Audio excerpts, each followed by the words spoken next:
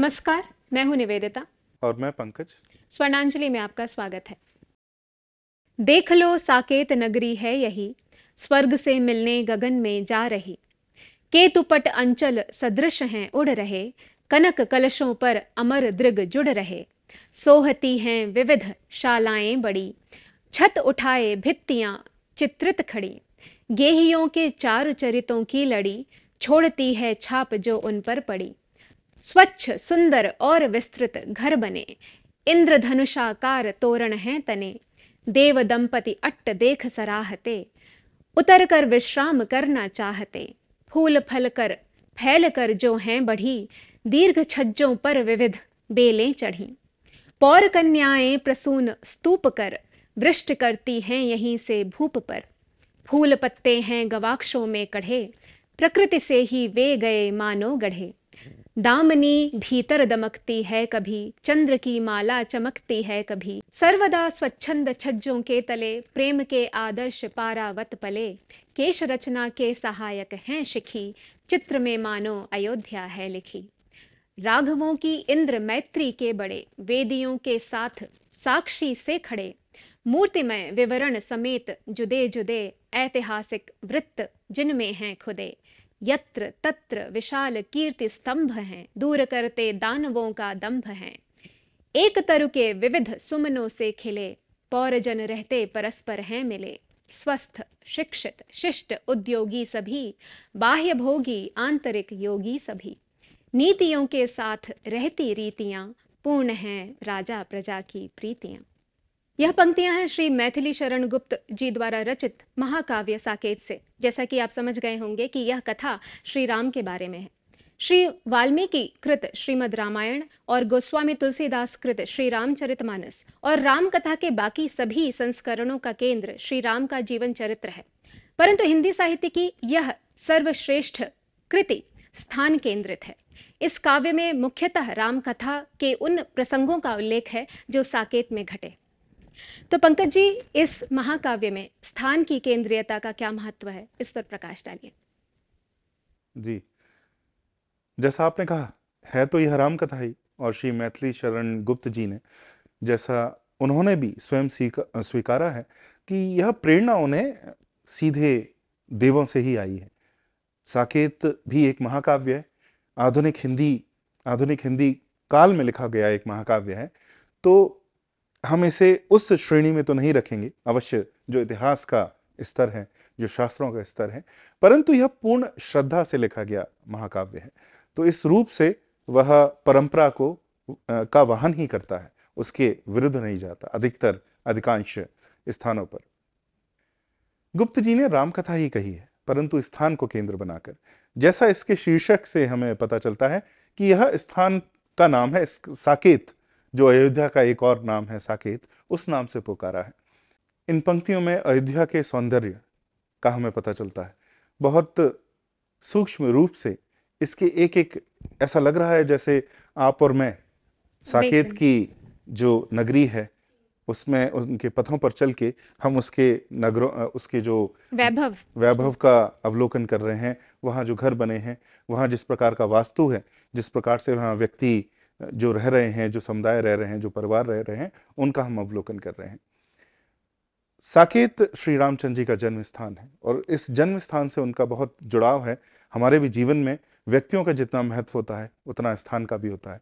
इस स्थान को कदाचित हम इतना स्मरण नहीं करते, क्योंकि स्थान हम इतने अभी तक मानव इतिहास में पिछले कुछ दशकों पहले तक स्थान को हम बहुत सरलता से छोड़ते नहीं थे। साहित्य में इसकी झलकी हमें मिलती है जब मायके जाने की बात आती है, अथवा मायका छोड़ के जब कोई बेटी अपना घर छोड़ के विवाह उपरांत जब अपने पति के घर जाती है, तो उन प्रसंगों में हमें स्थान की जो महत्व है, उससे जो जुड़ाव है, उसके बारे में बहुत कुछ पता चलता है।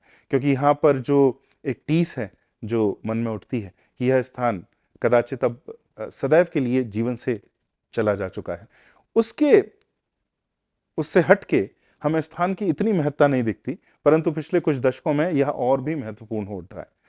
कदाचित जब गुप्त जी इस ग्रंथ की रचना कर रहे थे, तब भारत चलायमान होने लगा था और व्यक्ति एक स्थान को छोड़कर दूसरे स्थान पर व्यवसाय को ढूंढने अथवा किसी और कारण से जाने लगे थे। यातायात के साधन और अधिक बढ़ गए थे, तो जो व्यक्ति हैं अपना जीवन अपने जन्म स्थान से दूर बिताना, यह प्रक्रिया आरंभ हो चुकी थी।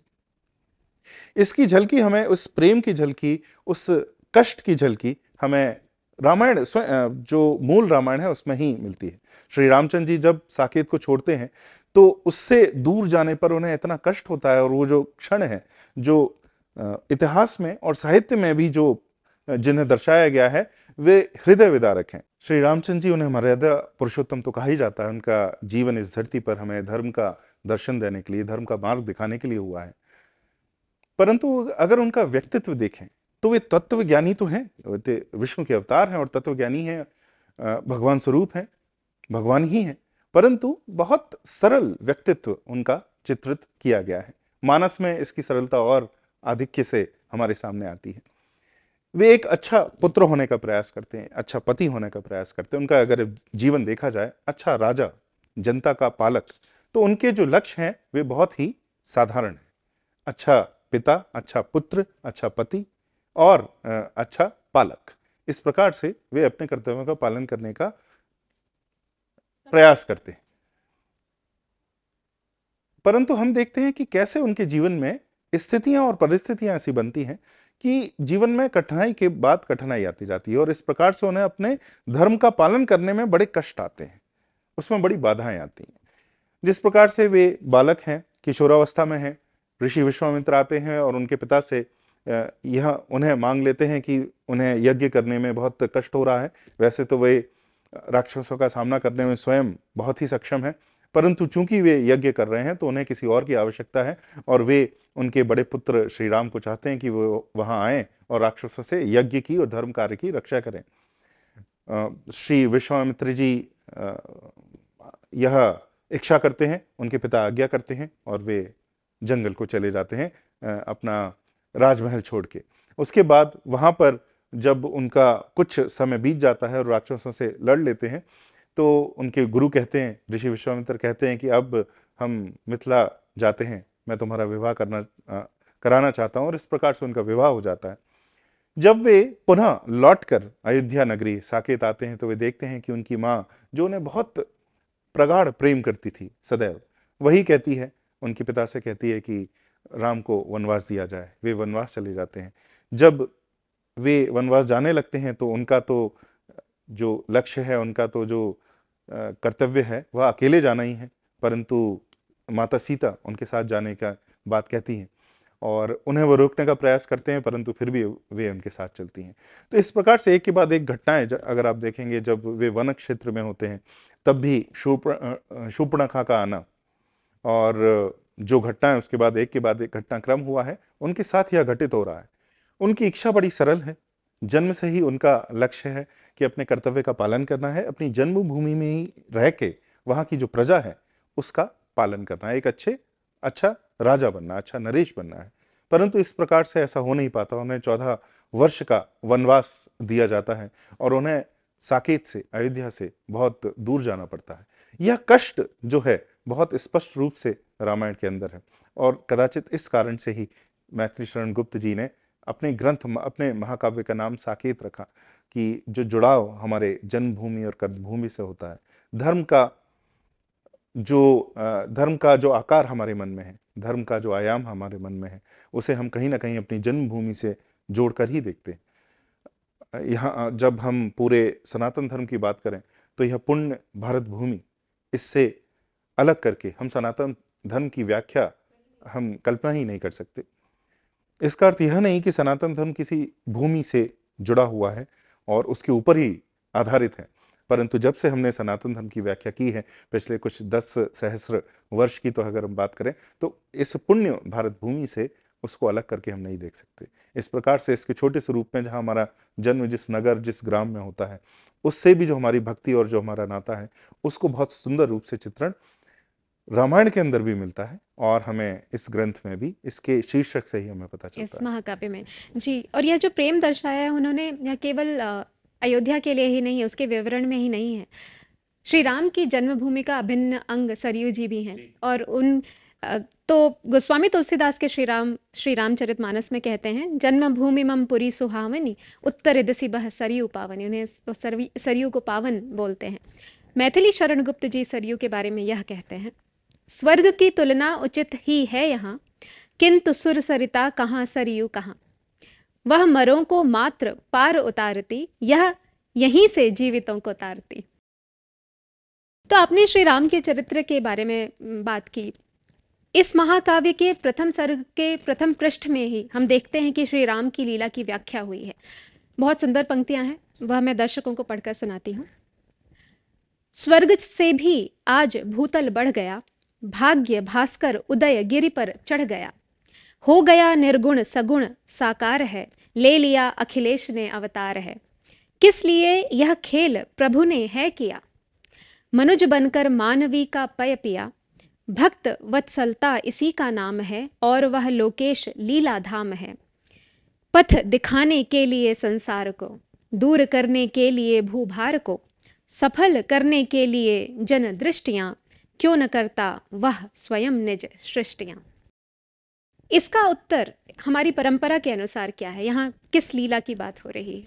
हिंदी में एक लोकोक्ति है जो हमने बहुत सुनी है, नानक दुखिया सब संसार, कि जीवन दुखों की खान है। और इस प्रकार से एक और लोकोक्ति है। इसका कारण किसी को अवसाद में डालना नहीं है, यह बताना नहीं है कि जीवन किस प्रकार से दुखों से परिपूर्ण है, परंतु एक परम सत्य का बारंबार इसका स्मरण करना है कि जीवन केवल सुखों से परिपूर्ण नहीं हो सकता। चाहे कोई भी व्यक्ति हो, चाहे वह कितना भी धनी हो, चाहे वह कितना भी शक्तिशाली हो, उसके जीवन में कष्ट और सुख और दुख बराबर मात्रा में ही होते हैं। हम कल्पना करते हैं कि जिनके पास बहुत धन है उन्हें कष्ट नहीं होगा, जिनके पास बहुत शक्ति है उन्हें कष्ट नहीं होगा, जो बड़े बलवान हैं उन्हें कष्ट नहीं होगा, जिनकी स्त्री बहुत सुंदर है उन्हें कष्ट नहीं होगा, जिनके पुत्र बड़े आभावान हैं उन्हें कष्ट नहीं होगा। श्री राम के जीवन में यह सब कुछ है, परंतु फिर भी पूर्णतः कष्टों से भरा हुआ है। तो अपनी धर्म का दर्शन देने के लिए, धर्म का मार्गदर्शन करने के लिए, इस लीला से, अपने इस जन्म से धर्म का पथ अग्रसर करने के लिए तो यह जन्म लिया ही है उन्होंने। तो उनकी इस लीला का कारण यह है, यह बताने के लिए कि जीवन में से हम कष्ट को नहीं निकाल सकते। कष्ट इस सुख और दुख की प्रक्रिया से, जन्म और मरण की प्रक्रिया से हम ऊपर उठ सकते हैं। चूंकि उन्होंने जन्म लिया, मानव शरीर लिया, तो मानव शरीर का जब हम इस पंचभूत तत्वों से बने हुए शरीर से जीवन लेते हैं, चाहे वह परम चेतना भी क्यों ना हो, तो उसका एक प्रारब्ध है, कुछ कर्म है, कर्म से प्रारब्ध है और इसके कारण जन्म है।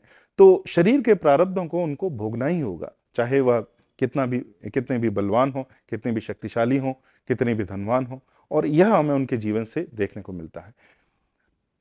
उन्होंने सदैव कर्तव्यों का पालन किया, कठिन से कठिन परिस्थिति में किया। जब उनके हाथ में परिस्थिति थी ही नहीं, तब भी धर्म का पालन किया। जब हम बहुत शक्तिशाली हैं, जब हमारे नियंत्रण में स्थिति है, तब तो धर्म का पालन करना बहुत कठिन नहीं है, परंतु जब हमारे नियंत्रण में ही कुछ नहीं है, तब धर्म क्या है और तब धर्म का पालन कैसे करें, यह वे बताते हैं। उनका अधिकार अपनी प्रजा के ऊपर, अयोध्या के ऊपर, साकेत के ऊपर और जन्म जन्मांतरों के बाद आज हमारे ऊपर भी इस कारण से है कि उन्होंने अपने कर्तव्यों का पालन पूर्णतः किया है। कठिन से कठिन परिस्थिति में धर्म क्या होता है स्वयं पालन किया है और हम सबको मार्गदर्शित किया है। इस कारण से ही यही कारण है उनकी इस लीला का। अब हम उर्मिला पर आते हैं। श्री राम की जो मूल कथा है उसमें उर्मिला को हम केवल एक पात्र की भांति देखते हैं, परंतु इस महाकाव्य में उनकी व्यथा का विस्तृत चित्रण है। इन पंक्तियों के माध्यम से हम उसको समझते हैं। मानस मंदिर में सती पति की प्रतिमा थाप, जलती सी उस विरह में बनी आरती आप। आंखों में प्रिय मूर्ति थी, भूले थे सब भोग, हुआ योग से भी अधिक उसका विषम वियोग। 8 पहर 64 घड़ी स्वामी का ही ध्यान, छूट गया पीछे स्वयं उसका आत्मज्ञान। तो इन पंक्तियों के माध्यम से हमें समझ में आता है कि वह महल में ही रहीं जब लक्ष्मण चले गए श्री राम और सीता जी के साथ, परंतु वह विरह में जलती रहीं। पिछले कुछ दशकों में हम देखते हैं कि इसे सबऑल्टर्न या फिर मातहत दृष्टि से देखा जाता है। तो क्या यह दृष्टि सही है? शास्त्र के अनुसार, परंपरा के अनुसार, धर्म के अनुसार तो बिल्कुल सही नहीं। रामायण में, रामकथा में उर्मिला का उल्लेख है और उनका पात्र है, लघु पात्र है, बहुत पंक्तियां उनके बारे में नहीं कही गई हैं। वे लक्ष्मण जी की पत्नी हैं और जब वनवास दिया जा रहा है श्री राम को, उस समय उनका उल्लेख है। उसके बाद कुछ स्थानों पर उनका उल्लेख है।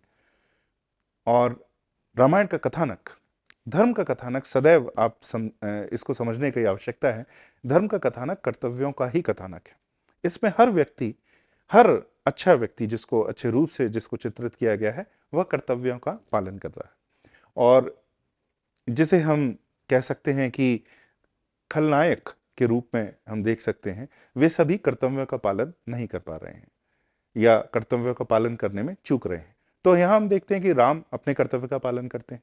माता सीता अपने पति को नहीं छोड़ सकती, उनको अकेला वन में वे उनके साथ चलती हैं कि मेरी तो नियति तुम्हारे ही साथ है। मैं भले ही महलों में मेरा जन्म हुआ हो और मैं यहाँ भी महल में रही हूँ, परंतु मेरा तो जीवन तुम्हारे ही साथ है। वे आती हैं। श्री लक्ष्मण उनके छोटे भाई हैं, वे अपना कर्तव्य समझते हैं अपने बड़े भाई और भाभी उनकी रक्षा करने के लिए वे उनके साथ जाते हैं। और श्री लक्ष्मण ये कहते भी हैं कि यदि उर्मिला जी उनके साथ जाएंगी तो वो अपना धर्म ठीक प्रकार से निभा नहीं पाएंगे। जी, इस कारण से, और उर्मिला इस कारण से अयोध्या में ही रुकती हैं और वहां उनकी माताएं हैं जिनका उन्हें ध्यान रखना है, क्योंकि अब माता सीता नहीं है तो उनके बिना उनको ही अधिक ध्यान रखना है माताओं का। तो वे अपना कर्तव्य पालन कर रही हैं। जिस प्रकार से लक्ष्मण उनके ध्यान न देकर अपने भैया और भाभी उनका ध्यान रखें और अपने कर्तव्य का पूर्णतः पालन करें। तो यह कर्तव्यों का कथानक है। यहाँ पर बड़े पात्र भी कर्तव्य अपना निभा रहे हैं और छोटे पात्र भी, जो लघु पात्र हैं, वे भी निभा रहे हैं। अब यहां पर जो पश्चिमी दृष्टि है और पिछले कुछ 7-8 दशक में जो वामपंथी दृष्टि है, जो हिंदू विरोधी दृष्टि है, वे हमारे शास्त्रों को उनका विघटन करने के लिए, उनको तोड़ने मरोड़ने के लिए इस प्रकार के विचारधाराएं डाल देते हैं, जिसको सबॉल्टन दृष्टिकोण कह सकते हैं, मातहत दृष्टिकोण कह सकते हैं, कि ऐसे पात्र जिनको अधिक नहीं दर्शाया गया या जिनको कम उनका ध्यान दिया गया है उस कथानक के अंदर, तो वे निश्चित ही दलित होंगे, उनके संग शोषण किया गया होगा, वे समाज के किसी ऐसे तबके से रहे होंगे जो सवर्ण में ना आते हों, ब्राह्मण ना हो, क्षत्रिय ना हो, वैश्य ना हो, तो इस कारण से उनके ऊपर ध्यान नहीं दिया, या वो स्त्री हो या वे बालक हों। तो इस प्रकार से कुछ ना कुछ वो जो हम कह सकते हैं कि जो द्वंद्व ढूंढ लेते हैं हमारे समाज के अंदर, उस द्वंद्व में जो भी शोषित है उनको शोषित के रूप में दिखाकर लघु पात्रों को इस प्रकार से वे प्रस्तुत करते हैं। यह दृष्टि, शास्त्र से हमें ज्ञान लेना है। शास्त्र ऐसी वस्तु है, शास्त्र का सृजन किया जाता है जिससे हम उससे सीख सकें, ना कि उसके बारे में कुछ सीख सकें। आज एक दृष्टि विकसित होती जा रही है, किस समय में लिखा गया था, किसने लिखा था, वे पुरुष था या स्त्री, वह ब्राह्मण था या शूद्र, तो उसने क्या किया होगा, उसके साथ क्या हुआ होगा, उसके साथ बाल्यावस्था में क्या हुआ होगा, इन सभी चर्चाओं से हम निर्धारित करते हैं। तब हम यह मानेंगे कि यह शास्त्र में जो लिखा है उसका अर्थ क्या है। शास्त्र से समझना नहीं है, शास्त्र के बारे में समझना है। तो यह दृष्टि बिल्कुल त्रुटिपूर्ण है, हमें इसे ऐसा ही मानना चाहिए। एक जो और बात है कि धर्म में कर्तव्यों का कथानक जिस प्रकार से हमने कहा है, यहां पर इस बात से महत्व नहीं पड़ता कि आप कितने महत्वपूर्ण और प्रसिद्ध व्यक्ति हैं समाज के अंदर, देश के अंदर। आपका जो भी कर्तव्य है, आपका जन्म जहां भी हुआ है, आप अपना कर्तव्य निभाकर उस ही स्थिति को प्राप्त हैं जितना कि एक बहुत शौर्यवान नरेश अथवा कोई बहुत ही प्रतापी ब्राह्मण जो कि अपने देश को बचाकर जिस कर्तव्य का पालन कर रहा है, वह उतना ही बराबर है जितना एक छोटा सा किसान अपने परिवार का पालन पोषण धर्म से अगर कर रहा है। तो दोनों का कर्तव्य का जो पालन है वह समान स्तर पर है। यहां पर आपने आध्यात्म के जनतंत्र की बात की थी। जी, यहाँ अध्यात्म का जनतंत्र हमें देखने को मिलता है कि आपको महान होने की, बहुत प्रसिद्ध होने की आवश्यकता नहीं है। आप जहां भी हैं, जहां भी आपका जन्म हुआ है, जो भी आप स्त्री हैं अथवा पुरुष हैं, जिस भी वर्ग में आपका जन्म हुआ है, वहां रह के अपने आसपास जो भी आपका कर्तव्य निर्धारित किया गया है उसका पालन करके आप उसी स्थिति को प्राप्त हो सकते हैं। तो उर्मिला का धर्म, जब भी धर्म बचता है और धर्म जब आगे बढ़ता है, तो उसमें सहस्रों व्यक्तियों के बलिदान लगते हैं। कुछ उसमें बड़े प्रसिद्ध होते हैं, कुछ का कथानक में बहुत मुख्य भाग होता है, कुछ का कम भाग होता है, परंतु धर्म उन सारे अनकहे छुपे हुए जो योगदान है उनसे भी आगे बढ़ता है, और उनका भी योगदान धर्म के आगे बढ़ने में, बचने में उतना ही है। उर्मिला का योगदान इस प्रकार से इतना ही है जितना माता सीता का है, क्योंकि उन दोनों ने अपने कर्तव्यों का पालन किया। माता सीता को सभी जानते हैं, उनकी कथा हम सभी की बात करते हैं, उनकी व्यथा की हम सब बात करते हैं, परंतु उर्मिला जी का भी जो कर्तव्य पालन है वह उतना ही है, और इस कारण से उनका स्तर भी इतना ही है। श्री राम की कथा में माँ कैकेयी एक मुख्य पात्र हैं और इतने गौरवशाली अस्तित्व की धनी हैं, विदुषी हैं, युद्ध में निपुण हैं, परंतु हम देखते हैं कि उनकी मति भी भ्रष्ट हो जाती है, वह शीघ्र परिवर्तित होती जाती है जब मन अस्थिर होता है। तो हम ये देखते हैं किस प्रकार अस्थिर मन जो है वो अधर्म के पाश में आ जाता है, और एक के बाद एक मैथिली शरण गुप्त जी ने इस परिवर्तन को दिखाया है इन पंक्तियों के माध्यम से। सुंदर रूप से उनकी मनोदशा जिस प्रकार से बदल रही है उसको जी उसे चित्रित किया है। तो सर्वप्रथम तो मंथरा को किस प्रकार वो डांटती हैं जब मंथरा उनसे कहती है कि अरे देखो आपके पुत्र के साथ क्या होने वाला है, श्री राम का राज्याभिषेक होने वाला है, तो वो मंथरा को डांटती हैं। इस समय पाप उनके मन में प्रवेश नहीं किया है। कहा कैकेयी ने सक्रोध, दूर हो दूर अभी निर्बोध, सामने से हट अधिक ना बोल, द्विजिह्वे रस में विष मत घोल, उड़ाती है तू घर में कीच, नीच ही होते हैं बस नीच। तो यहाँ वह अपने विवेक से काम ले रही हैं, परंतु मंथरा फिर भी उनके मन में विष घोलने में सफल हो जाती है और वह संशय उनके मन में आ जाता है। तो वह दशरथ जी से कहती हैं, चलो रहने दो झूठी प्रीति, जानती हूं मैं यह नृप नीति, दिया तुमने मुझको क्या मान, वचन में वही न दो वरदान, नाथ मुझको दो यह वर एक, भरत का करो राज्य अभिषेक, दूसरा यह दो ना हो उदास, 14 वर्ष राम वनवास। तो वो श्री राम के लिए वनवास और भरत के लिए अयोध्या का राज्य मांग लेती हैं। अब इसके पश्चात श्री राम को वनवास हो जाता है और उनके पति दशरथ का देहांत हो जाता है। तब उन्हें आभास होता है या अनुभूति होती है कि यह तो स्वार्थ भरा कार्य था और उन्हें अत्यंत जी और ग्लानि होती है। तो उसे भी बहुत सुंदर रूप से दिखाया है। परमार्थ न देखा पूर्ण स्वार्थ ही साधा, इस कारण ही तो हाय आज यह बाधा, युग युग तक चलती रहे कठोर कहानी, रघुकुल में भी थी एक अभागिन रानी।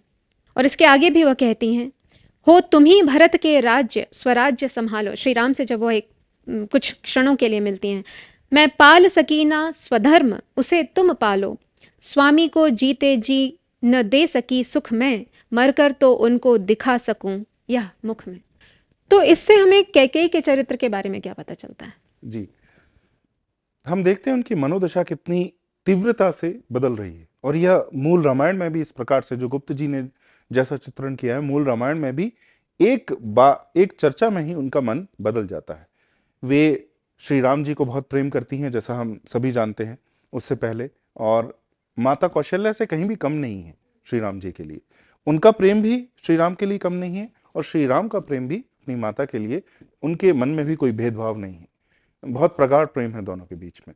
और जब मंथरा उनके मन में विष भरने के लिए आती है तो पहली बात वह यही करती हैं कि तू कैसी बात कर रही है, वह तो मेरा पुत्र है और भरत समकक्ष पुत्र है। परंतु फिर भी हम देखते हैं कि मंथरा बड़ी सरलता से उनके मन में विष घोल देती है। और इसके बाद तो निश्चित ही जब श्री राम वनवास चले जाते हैं, जब भरत उन्हें बहुत अपशब्द कहते हैं, जब उन्हें हर ओर से तिरस्कार मिलता है, जब जनता से भी तिरस्कार मिलता है और राजा दशरथ की भी मृत्यु हो जाती है, उसके बाद तो उन्हें ग्लानि होना अनिवार्य ही था और होती भी है। तो हम यहाँ देखते हैं कि एक और उनका व्यक्तित्व बड़ा शौर्यवान है। ये वो कैकेयी हैं जिन्होंने युद्ध स्थल से अपने पति को और राजा दशरथ को, उनको बचा के वे लाई थी। युद्ध कला में बड़ी पारंगत थी, बड़ी विदुषी थी, बहुत सौंदर्य भी उनके पास बहुत था, तो हर प्रकार से बहुत ही शौर्यवान उनका व्यक्तित्व था। तो एक ओर तो इतना शौर्यवान व्यक्तित्व, और दूसरी ओर ऐसा मन जो धर्म अधर्म की सीमा को बारंबार भूल जाए।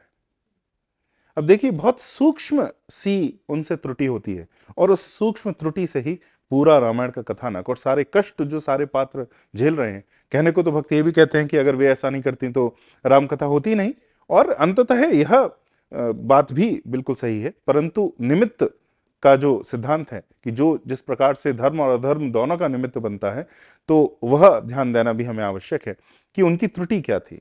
तो वे धर्म की बड़ी सूक्ष्म रेखा है, उसे वह बहुत ही महत्वपूर्ण समय में उनकी बुद्धि भ्रष्ट हो जाती है और वे उसे समझ नहीं पाते।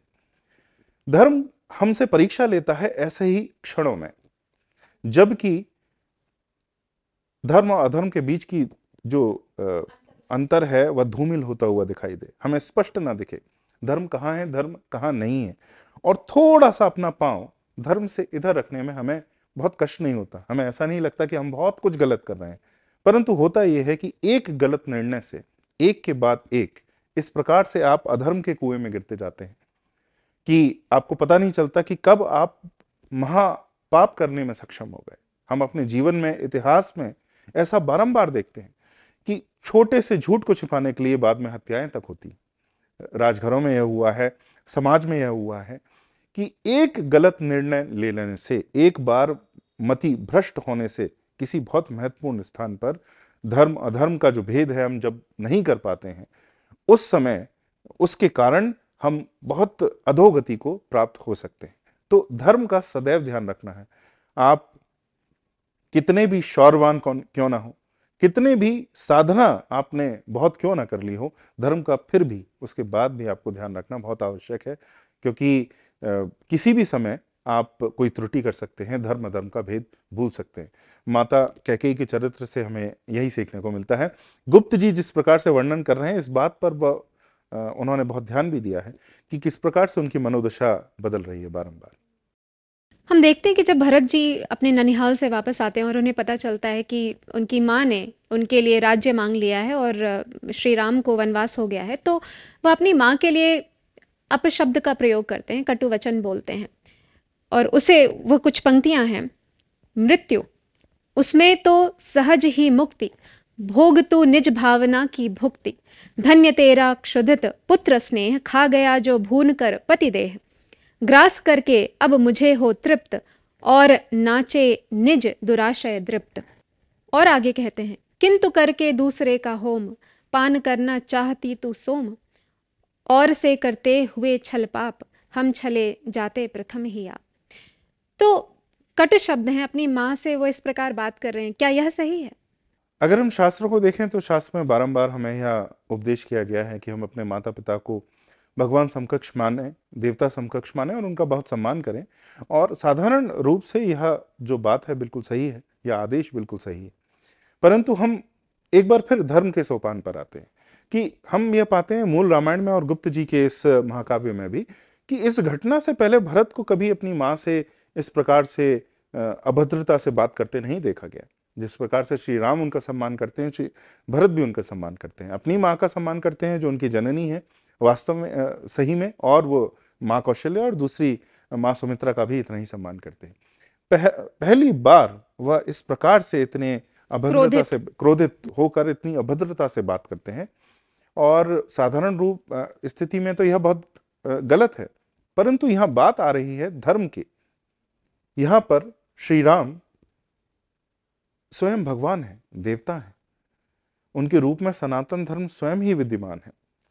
श्री राम के विरुद्ध ऐसा कुछ करना, सनातन धर्म के विरुद्ध कुछ करना है, राजधर्म का पालन नहीं करना है। श्री राम जैसे ज्येष्ठ पुत्र से राजपाट छीनकर किसी और को देना धर्म के विरुद्ध में काम करना है।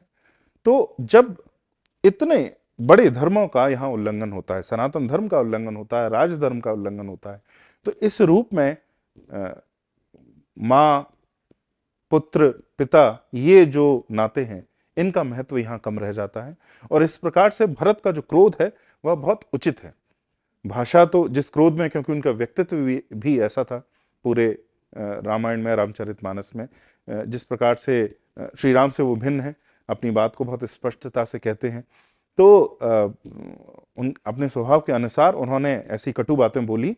परंतु इस स्थिति में जब सनातन धर्म और राजधर्म, देश धर्म, यह दोनों जो उनका उल्लंघन हो चुका है, तो इस रूप में इस उल्लंघन की चिंतनीय बिल्कुल नहीं है। धर्म अगर एक ही होता तो बहुत सरलता थी। धर्म और अधर्म की श्रेणियां बहुत स्पष्ट रूप से अलग अलग होती तो भी बहुत सरलता थी। परंतु जीवन ऐसा नहीं है। माया इतनी सरल नहीं है। संसार में धर्म और अधर्म कहाँ स्पष्ट रूप से अलग हो रहे हैं, इसमें इसे पहचानने में हमसे त्रुटि हो जाती है। कितने प्रकार के धर्म हैं, इसे पहचानने में हमसे त्रुटि हो जाती है। और कई बार जिसको हम कर्तव्य बोध की तरह समझते हैं, धर्म के सोपान की जब हम बात करते हैं, दो कर्तव्यों के बीच में जब द्वंद्व आता है तो हम अपना पथ भटक जाते हैं। हम नहीं समझ पाते कि किस धर्म का पालन किस रूप में कितना करना चाहिए, और अगर उनमें द्वंद्व है तो कौन सा धर्म सर्वोपरि है। उस स्थिति में इस उपदेश को देने के लिए ही प्रभु श्री राम ने इतने कष्ट उठाए। इस उपदेश को देने के लिए ही श्रीमद् वाल्मीकि ने इतने बड़े ग्रंथ की रचना की। इस उपदेश को ही आगे बढ़ाने के लिए गोस्वामी तुलसीदास जी ने संस्कृत से हटकर अवधि में किसी क्षेत्रीय भाषा में इतने बड़े महाकाव्य की पुनः रचना की, और ये बारंबार हुआ है। और ऐसे ही श्री राम की कथा से धर्म की प्रेरणा लेने के लिए जो हिंदी साहित्य है, हिंदी साहित्य की मुख्य धारा है, उसमें भी बारंबार इस प्रकार के ग्रंथ लिखे जाते रहे। साकेत केवल एक ही ऐसा ग्रंथ नहीं है। जब हम मानस का हंस अमृतलाल नागर जी की बात करते हैं तो उसमें भी श्री राम कथा ही बारंबार है। और इस प्रकार से बहुत सारे, राम की शक्ति पूजा जो सूर्यकांत त्रिपाठी निराला जी जिस की बात करते हैं, जो श्रीमद् वाल्मीकि रामायण में तो नहीं, कृतिवास रामायण में है। तो रामायण से, श्री राम कथा से प्रेरणा हमने बारंबार ली है, साहित्य में बारंबार ली है, और उस पर हम साहित्य लिखते रहे हैं। इसी श्रेणी में मैथिली शरण गुप्त जी का साकेत आता है। वे मानते थे कि यह भी जिस प्रकार से गोस्वामी जी को दैवी प्रेरणा है, उन्हें भी दैवी प्रेरणा है। उनके जो समकालीन कुछ व्यक्ति थे और साहित्य जो और साहित्यकार थे, उनमें से कुछ ऐसा मानते भी थे। हम यह तो नहीं कहेंगे कि वे गोस्वामी तुलसीदास जी के समकक्ष हैं, पर उन्होंने परंपरा से इतर नहीं गए हैं। उर्मिला का जो चरित्र है उसको उभारने में उन्होंने पूरा प्रयास किया है साहित्य के द्वारा, परंतु इसमें ना श्री राम की भर्त्सना की है, ना तुलसीदास जी की भर्त्सना की है, ना श्री वाल्मीकि की भर्त्सना की है।